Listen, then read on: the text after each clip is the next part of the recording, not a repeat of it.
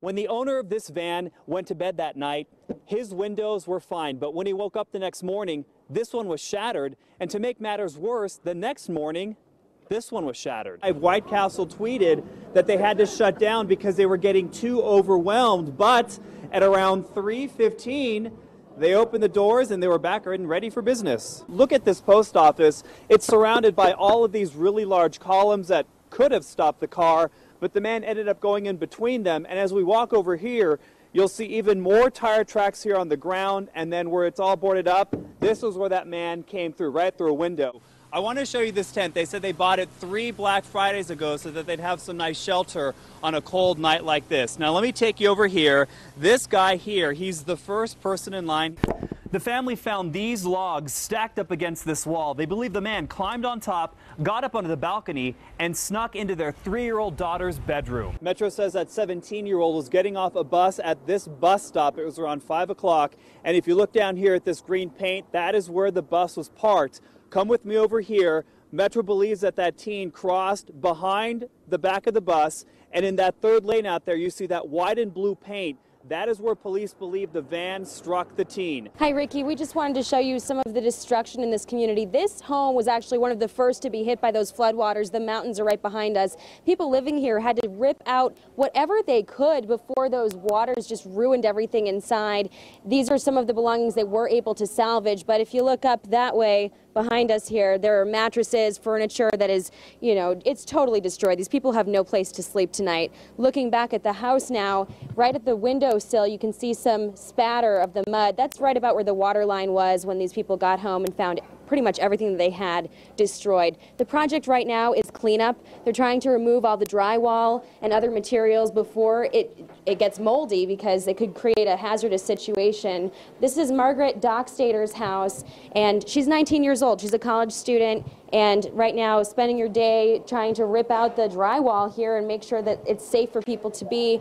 Hey, Margaret, can you show us on there just where the water was when you got into your house? I believe it was about right here-ish, in this particular room. There we go. No, I got to videotape all this, man. This is bad. 3 days later, flood victims just beginning to pick up the pieces, frantically removing pounds and pounds of mud-soaked drywall before mold sets in. And the window broke right here, and it just came all down. Margaret Dockstader came home to find her bedroom knee-deep in water. Her mattress, furniture, and clothing now trashed. You lose everything. You don't, before that happens, you don't think that this is ever going to happen to you. You don't think this is going to be you. And then it is you. And what are you supposed to do? Although the floods left her with no possessions to her name. There was, as you can see, the line where all the mud went in the insulation. It went up about a foot or 2. She at least has her loved ones. More than can be said for the families of the 9 children and 3 women trapped in their cars who perished on Monday. All members of the polygamous sect, the Fundamentalist Latter-day Saints. Their church family now working alongside the National Guard to find the body of the 13th victim still missing, 6-year-old Tyson Lucas Black. It's taking a toll on us, sleep deprivation, missing some meals, working hard every day. Cadaver dogs capable of detecting bodies 18 feet below the surface, scouring the search area spanning more than 5 miles, where the other 12 killed were found downstream. Occasional false alarms making the search emotional even for crews from out of town. One of the dogs liked what it was smelling, so we had our other dog, a second dog, come by, and it's a false hope, but we just have to keep moving and move on. We're here in Colorado City, Arizona. You can see all of the heavy equipment working behind me, frantically trying to dig through those feet and feet of debris from this flooding here Monday afternoon. We have 7 confirmed fatalities here. Told 6 people are still missing. Floodwater rushing through here Monday afternoon. As I said, to give you an idea of where this is, Colorado City is about 250 miles north of Phoenix, 315 miles south of Salt Lake City.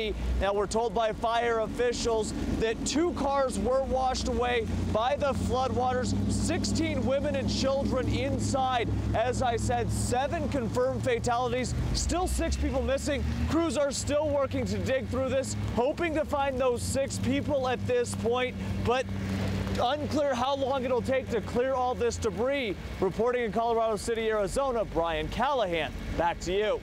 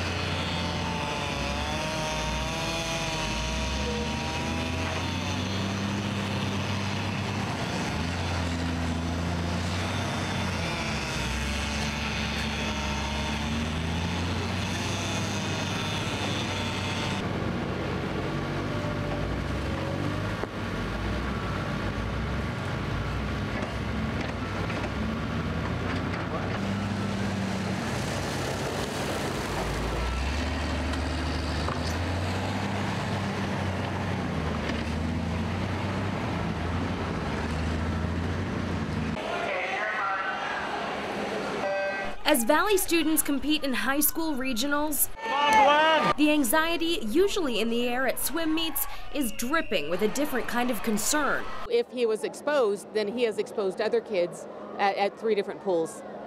And that's very concerning to me. County officials confirm hundreds of swimmers used the pool at the Desert Breeze Aquatic Facility, never knowing employees had reported skin rashes and the waters had tested positive for bacteria. It wasn't until the test revealed staff that the county shut down the pool April 27th.